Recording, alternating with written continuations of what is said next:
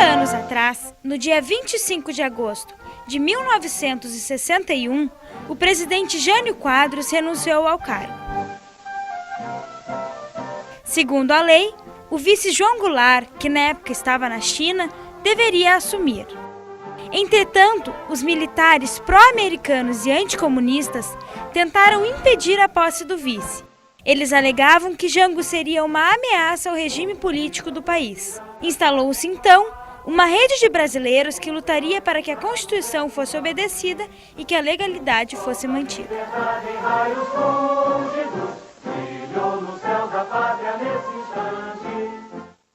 Esse e os próximos 2 e tal falarão sobre os 50 anos da legalidade. Entrevistaremos nomes importantes que nos falarão um pouco mais sobre esse movimento político popular que alterou a história do Brasil.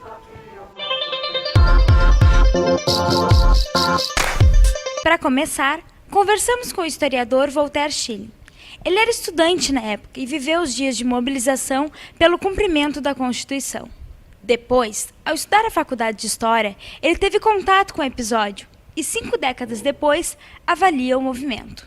A renúncia do Jânio foi talvez o ato político mais irresponsável da história moderna do Brasil. Ninguém entendendo aquilo, né, se imaginou que uma junta militar tivesse de alguma forma forçado o Jânio à renúncia. Mas como se viu, não foi nada daquilo, né? Quase que em seguida, então, o Brizola se manifestou, né, convocando assim uma mobilização geral da sociedade para que se obedecesse à Constituição, que a legalidade fosse respeitada. Na época, Leonel Brizola era o governador do Rio Grande do Sul. Ao saber da renúncia do Manifesto Militar, ele instalou uma central de rádio no porão do Palácio Piratini. E dali, difundiu o ideal da legalidade e mobilizou o povo gaúcho. O noticioso praticamente foi todo ele abolido. A única fonte de informação que nós tínhamos naquele momento era a Rádio da Legalidade, que o Brizola organizou. Ele conseguiu montar uma cadeia de rádio, né? Aquela era a nossa única fonte de informação. Então aí a cidade, praticamente assim, do dia para a noite, ela virou uma praça de guerra. A Rádio da Legalidade foi decisiva para a mobilização dos gaúchos. Mesmo quem não era janguista ou brizolista aderiu ao movimento. O que deu para perceber, né, é que aquilo se transformou numa causa do Rio Grande do Sul, independentemente de você ser a favor do Jango ou não. Então tinha muita gente que fazia sérias críticas ao Jango, que não era janguista, que não tinha nenhuma simpatia pelo Jango, mas achava que a causa era certa, né? Se o Jango era constitucionalmente o presidente, o vice-presidente do país, e a Constituição dizia que em caso, né, de ausência, falecimento, doença do presidente, cabe ao vice-presidente assumir, não tinha o que discutir. Além da Brigada Militar e da Polícia Civil, Brizola pôde contar com a participação do povo gaúcho. Os arredores do Palácio Piratini foram tomados por estudantes e trabalhadores.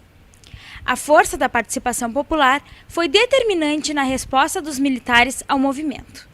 No alto dos edifícios foram colocadas metralhadoras da brigada, metralhadoras pesadas. Eu recordo um piquete de cavalaria que tinha vindo do interior. Eu recordo disso, eles desfilando de lança na Avenida Independência. E até nós comentávamos, né, como é que essa gente vai enfrentar um avião, né? A cidade de Porto Alegre tinha se transformado numa praça de guerra e parecia que a qualquer momento ia se desencadear, né? Mas aí entrou naquele velho espírito de conciliação, deixa disso brasileiro, que determinou, digamos, o prolongamento daquela situação. Se os militares fizessem uma intervenção ali naquele momento, né, provavelmente seria um banho de sangue, porque grande parte da população civil estava envolvida no movimento e estava em apoio ao governo, né? Quer dizer, seria um desatino, né? Eu acho que isso aí, aquela massa na rua, assustou os militares daqui, né?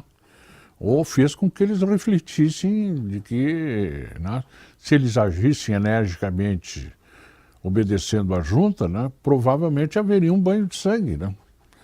Os ideais dos manifestantes não estavam em questão na luta pela legalidade. Unido, o povo gaúcho comemorou a posse de Jango.